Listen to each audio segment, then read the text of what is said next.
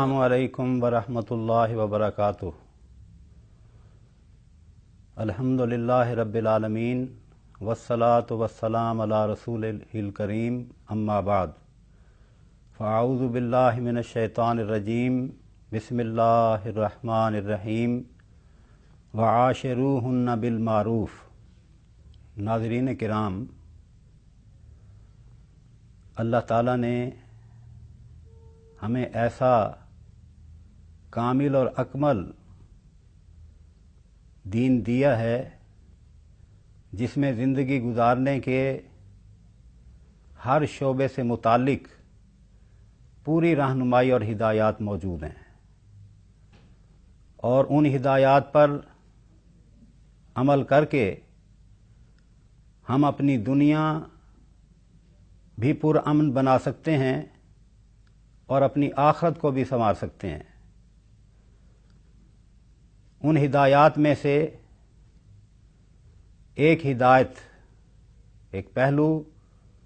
جو بڑا اہم پہلو ہے، اس کے متعلق ہم کچھ جاننا سمجھنا چاہیں گے۔ میں نے سورہ نساء کی آیت کا ایک جز تلاوت کیا ہے، آیت نمبر 19 ہے۔ اللہ تعالیٰ اس میں فرما رہا ہے وَعَاشِرُوهُنَّ بِالْمَعْرُوفِ، کہ بیویوں کے ساتھ معروف انداز سے، بہتر طریق کے ساتھ زندگی گزارو۔ اور محمد رسول اللہ صلی اللہ علیہ وسلم کی بھی حدیث ہے، آپ نے فرمایا خیرکم لأہلہ، تم میں سے بہترین شخص وہ ہے جو اپنے اہل و عیال کے ساتھ، اپنے گھر والوں کے ساتھ بہترین سلوک کرنے والا ہے۔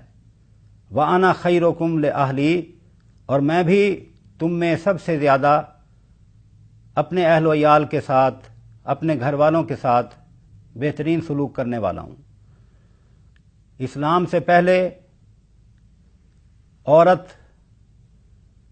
ایک انتہائی مظلوم زندگی گزار رہی تھی۔ جاپان کے اندر یہ کنسیپٹ پایا جاتا تھا کہ عورت کی مثال ایسے ہے جیسے بچھو ہوتا ہے، اسکارپائن ہوتا ہے۔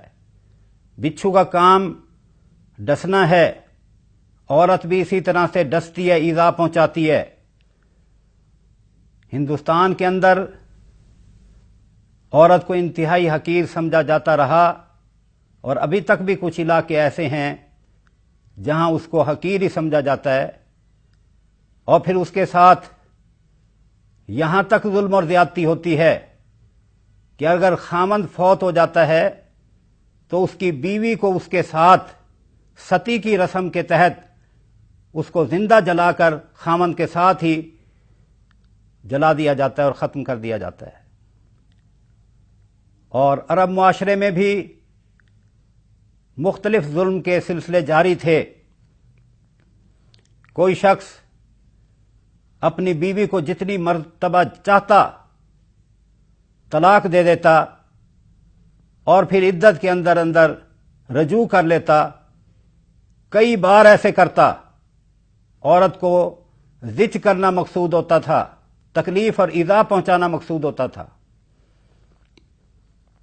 اللہ تعالیٰ نے اس ظلم اور زیادتی سے بچنے کے لیے احکام دے دیے۔ اسلام نے یہ تعلیم دے دی، جیسا کہ اللہ تعالیٰ سورہ البقرہ آیت نمبر 229 میں بیان کر رہا ہے، الطلاق مرتان فامساکم بمعروف او تسریح باحسان، کہ طلاق 2 مرتبہ ہے جس میں رجوع کیا جا سکتا ہے۔ اس کے بعد پھر آسن انداز کے ساتھ یا تو اس کو روکے رکھے یا پھر اسے آزاد کر دے۔ یہ نہیں کہ بار بار اس کو طلاق دیتا رہے اور اس سے رجوع کرتا رہے۔ اللہ نے ایک لمٹ اور حد جو ہے وہ مقرر کر دی ہے، اور وہ بھی اس لیے کہ انسان کو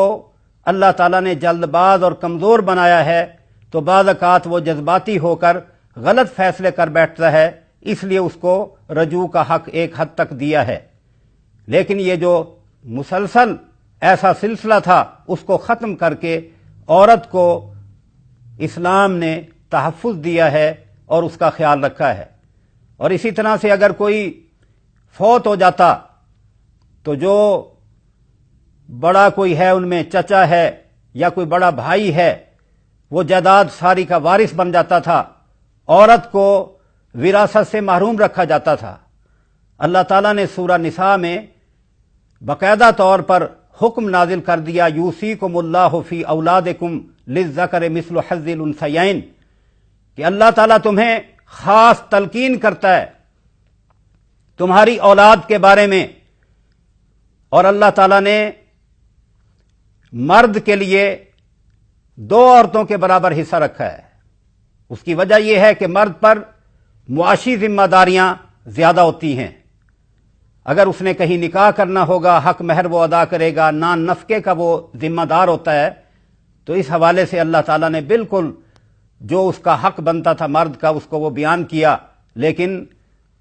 عورت کو بھی محروم نہیں کیا، اس کے لیے بھی باقاعدہ طور پر اللہ نے حق مقرر کر دیا ہے۔ تو اللہ کی طرف سے یہ بہترین تعلیم اور بہترین تحفظ عورت کے لیے موجود ہے، اسلام کے اندر یہ ساری چیزیں موجود ہیں۔ اور اسی طرح سے عورت کے بارے میں اس کے حق کو اس حد تک کہ اگر وہ ماں ہے تو پھر اس کا کیا حق ہے، بیوی ہے تو اس کے حقوق کیا ہیں، اور مختلف معاملات میں اللہ تعالیٰ نے مختلف حقوق جو ہیں ان کی وضاحت کر دی ہے۔ اور جیسا کہ امام بخاری رحمہ اللہ ادب المفرد میں اس واقعے کو لائے ہیں کہ ایک شخص اپنی بوڑھی ماں کو یمن سے لے کر حج کرانے کے لیے آیا، اور اس وقت ایسی سواریاں نہیں تھیں، ماں سواری پر نہیں بیٹھ سکتی تھی، جو اس وقت کی سواریاں تھیں اونٹ کی، گھوڑے کی سواریاں، ان پر نہیں بیٹھ سکتی تھی، بہت عمر رسیدہ تھی،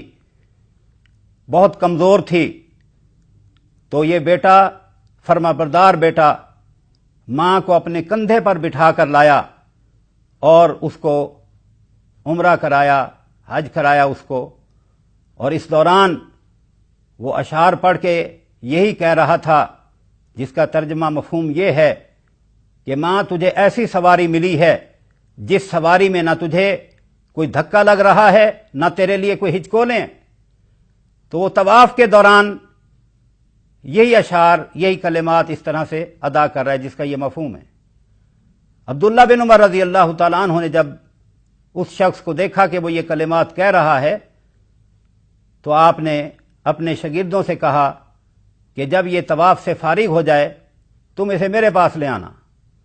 تو جب وہ طواف سے فارغ ہوا تو انہوں نے کہا کہ چل وہ فلاں شیخ جو ہیں وہ تجھے بلا رہے ہیں۔ پوچھا کون بلا رہے ہیں؟ بتایا عبداللہ بن عمر رضی اللہ عنہما۔ تو وہ شخص کہنے لگا بہت خوشی کی بات ہے، میں تو یہ چاہتا تھا کہ ان سے ملاقات کروں۔ چنانچہ وہ شخص عبداللہ بن عمر رضی اللہ تعالی عنہما کے پاس آیا تو انہوں نے پوچھا کہ تو یہ کیا کلمات کہتا ہے؟ تو اس نے بتایا کہ میری ماں بہت بوڑھی ہے، کمزور ہے، سواری پر نہیں بیٹھ سکتی، میں نے اس کو یمن سے اپنے کندھے پر اٹھا کر لاد کر لایا ہوں، اور اسی طرح سے میں نے اس کو یہ طواف کروایا ہے، اور میں یہ کلمات اس طرح سے کہہ رہا ہوں کہ میں نے اس کے ساتھ یہ سلوک کیا ہے۔ آپ مجھے یہ بتلائیں کہ کیا میں نے اس کا حق ادا کر دیا ہے؟ تو عبداللہ بن عمر رضی اللہ تعالی عنہما نے فرمایا کہ جب تیری پیدائش کا وقت تھا تو زچگی کے حالت میں تیری پیدائش کے وقت جو اس کو تکلیف ہوئی ہے اس کا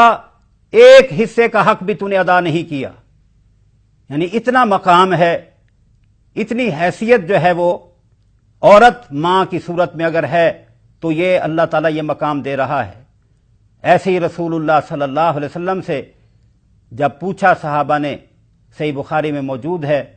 کہ ہمارا بہترین سلوک جو ہے وہ کس کے ساتھ ہونا چاہیے، کون ہمارے بہترین سلوک کا حقدار ہے؟ تو رسول اللہ صلی اللہ علیہ وسلم نے فرمایا تیری ماں اس بات کی حقدار ہے کہ تو اس کے ساتھ احسان سلوک کر۔ اس نے پوچھا پھر؟ فرمایا تیری ماں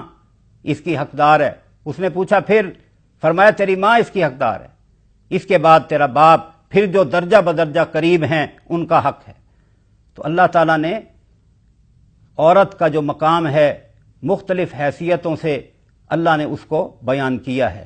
ایسے ہی رسول اللہ صلی اللہ علیہ وسلم نے فرمایا کہ جو شخص اپنی بچیوں کی تربیت کرتا ہے اور ان کا خیال رکھتا ہے تو یہ اس کے لیے جنت کا باعث بنے گی، او کما قال رسول اللہ صلی اللہ علیہ وسلم۔ تو یہ قرآن اور حدیث کی طرف سے بہترین تعلیم ہے، بڑا مقام اور شرف جو اللہ نے دیا ہے۔ اب خامن جو ہے اس کو اللہ تعالیٰ نے درجہ دیا ہے کہ عورت اور مرد کے برابر کے حقوق ہیں، لیکن فرمایا وَلِلرِّجَالِ عَلَيْهِنَّ درجہ، مردوں کے لیے ان پر ایک حق ہے۔ اس کی وجہ یہ ہے کہ حق مہر خامند ادا کرتا ہے، اور اسی طرح سے نان نفقے کا یہ ذمہ دار ہوتا ہے۔ اسی لیے طلاق کا حق بھی اللہ نے مرد کو دیا ہے، اور عورت جو ہے طلاق کا حق اسے نہیں دیا اس لیے کہ وہ حق مہر ادا نہیں کرتی، وہ تو حق مہر لیتی ہے، اور نان نفقے کی ذمہ دار وہ نہیں ہوتی، مرد ہوتا ہے۔ اس لیے یہ حق اللہ تعالیٰ نے مرد کو دیا ہے، ورنہ کئی ایسی عورتیں جن کو اگر یہ حق سونپ دیا جائے، یہ حق ان کا تسلیم کر لیا جائے جو کہ شریعت کے بھی عقل کے بھی منافی ہے، تو پھر ایسی کئی عورتیں بھی ہو سکتی ہیں جو کہ حق مہر وصول کرتی جائیں، نکاح کرتی جائیں، اور پھر جب چاہیں اس کو طلاق دیں، کسی اور سے نکاح کر لیں، وہاں سے حق مہر لیں اور اس کو طلاق وہ کرتی جائیں۔ اللہ تعالیٰ نے اس کے بدلے میں عورت کو باقاعدہ خلا کا حق دیا ہے۔ خلا کا حق یہ ہے کہ اگر عورت کو اپنا خامند پسند نہیں ہے، کوئی معقول وجہ موجود ہے تو عورت جو ہے وہ اپنا حق استعمال کرتے ہوئے درخواست کر سکتی ہے، حاکم وقت سے، قاضی سے، عدالت میں اپنا حق جو ہے وہ لے سکتی ہے کہ میرا اس کے ساتھ نباہ نہیں ہوتا، مجھے اس سے علیحدہ کرا دیا جائے۔ جیسا کہ رسول اللہ صلی اللہ علیہ وسلم کے دور میں جمیلہ نامی ایک عورت نے باقاعدہ طور پر نبی صلی اللہ علیہ وسلم سے کہا کہ اللہ کے رسول صلی اللہ علیہ وسلم، میں اپنے خامند کے بارے میں کوئی عیب نہیں نکالتی، دین کے اعتبار سے، ہر اعتبار سے وہ بڑا ٹھیک آدمی ہے، صحیح ہے، لیکن ایک دن وہ لوگوں میں آ رہا تھا، مجھے اچھا نہیں لگا، اگر اللہ کا خوف نہ ہوتا تو میں اس کے منہ پہ تھوک دیتی۔ تو یعنی مقصد یہ ہے کہ جب وہ مجھے اچھا نہیں لگ رہا تو آئندہ زندگی میں اس کی اگر اطاعت نہیں کروں گی، نافرمانی کروں گی، اس کا حق ادا نہیں کروں گی تو اللہ کے ہاں جواب دہ ہونا پڑے گا، میرا اس کے ساتھ گزارا نہیں ہے۔ تو رسول اللہ صلی اللہ علیہ وسلم نے فرمایا کہ تم نے جو باغ اس سے حق مہر میں لیا تھا وہ اسے دینے کے لیے تیار ہو؟ تو اس نے کہا بالکل، میں خوشی سے اس کو دیتی ہوں۔ تو نبی صلی اللہ علیہ وسلم نے اس سے وہ جو حق مہر میں باغ اس نے دیا تھا اس کو واپس دلوا دیا اور اسے فرمایا کہ اس کو طلاق دے دو۔ یہ صحیح بخاری میں موجود ہے۔ تو عورت کو یہ حق جو ہے اللہ تعالیٰ نے دے دیا ہے، اور جتنا حق اسے چاہیے اللہ نے وہ دیا ہے۔ اللہ سے بہتر جاننے والا کوئی نہیں ہے، اس لیے جو اللہ نے اس کے رسول صلی اللہ علیہ وسلم نے حقوق کا تعین کر دیا ہے، فرائض کا تعین کر دیا ہے، ہمیں اس میں اپنے طور پر کمی بیشی کرنے سے ایک تو یہ بات لازم آئے گی کہ اللہ کو شاید پتہ نہیں، یا محمد رسول اللہ صلی اللہ علیہ وسلم زیادہ نہیں جانتے تھے، ہم زیادہ جانتے ہیں۔ جبکہ اللہ تعالیٰ سورہ الحجرات میں بیان کر رہا ہے یا ایھا الذین آمنوا لا تقدموا بین یدی اللہ ورسولہ، اے ایمان والو اللہ اور اس کے رسول صلی اللہ علیہ وسلم سے آگے نہ بڑھو۔ اب اللہ اور اس کے رسول صلی اللہ علیہ وسلم سے آگے بڑھنے کا مطلب کیا ہے؟ سیدنا عبداللہ بن عباس رضی اللہ عنہما بیان کرتے ہیں، یعنی اللہ کے قرآن سے اور محمد رسول اللہ صلی اللہ علیہ وسلم کے فرمان سے آگے نہ بڑھو، قرآن اور حدیث سے آگے نہ بڑھو، قرآن اور حدیث کے پیچھے رہو، اللہ اور اس کے رسول صلی اللہ علیہ وسلم کی اطاعت اور فرما برداری میں رہو، ان سے آگے نہ بڑھو۔ اس لیے ہمیں حقوق اور فرائض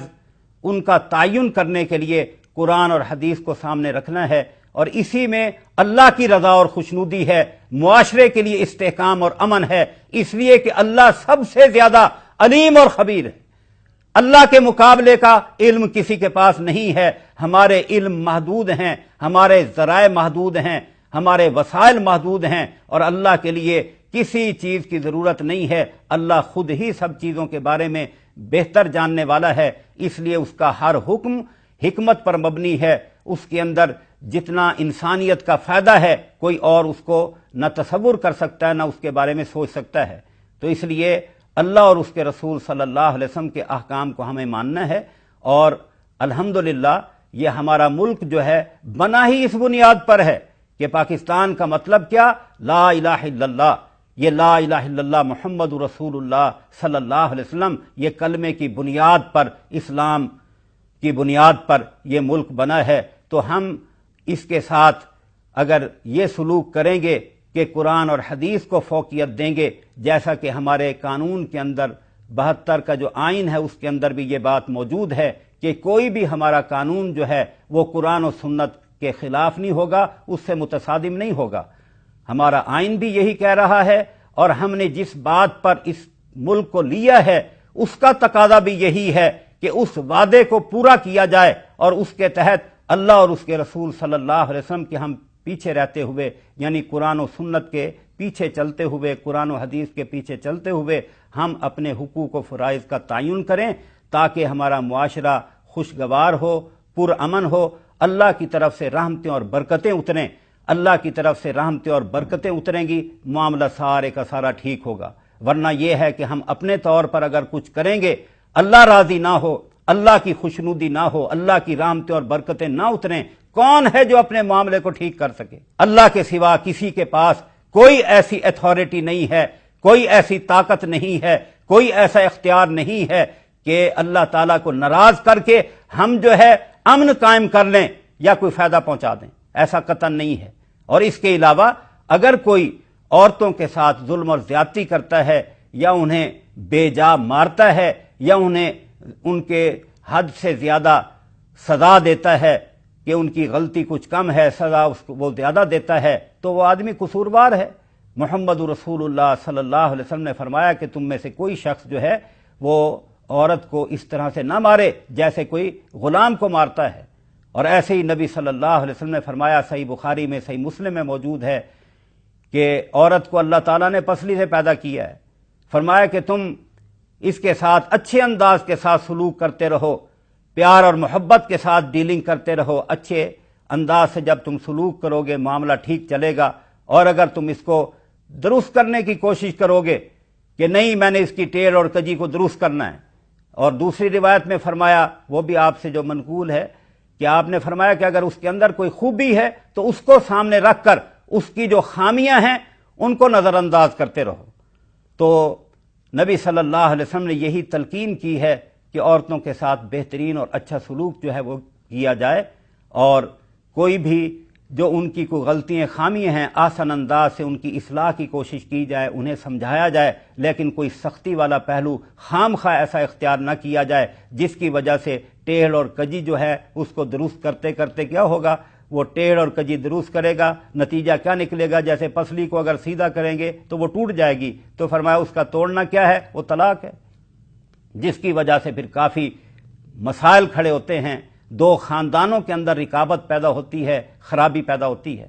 تو اگر کوئی صورت نہ نکلے آپس میں نباہ کی تو بھی طلاق کی اجازت ہے، خلا کی بھی اللہ نے اجازت دی ہے، حق دیا ہے عورت کو۔ تو یہ تمام حقوق اور فرائض قرآن اور حدیث میں محفوظ اور موجود ہیں، اور اسلاف سے یہ ساری باتیں منقول ہیں۔ لہذا قرآن حدیث کو سامنے رکھتے ہوئے اور قرآن حدیث کے مطابق جو اسلاف کے فیصلے ہیں اور قرآن حدیث کے مطابق جو تعلیمات ہیں ان کو سامنے رکھ کر اگر ہم حقوق و فرائض کا تعین کریں گے، اللہ کے فضل سے اللہ بھی راضی ہوگا، ہم محمد رسول اللہ صلی اللہ علیہ وسلم کو بھی راضی کر لیں گے، اور اسی طرح سے ہماری دنیا اور آخرت سنور جائے گی، اور ہمارے لیے امن جو ہے وہ دنیا اور آخرت میں وہ قائم ہوگا، اور اللہ ہم سے راضی ہوگا۔ اس لیے ناظرین کرام، ان تمام معاملات میں ہمیں جذباتی ہونے کی بجائے مختلف انداز سے مختلف پہلوؤں سے سوچنے کی بجائے سب سے پہلے ہمیں یہ سوچنا ہے کہ ہم مسلمان ہیں،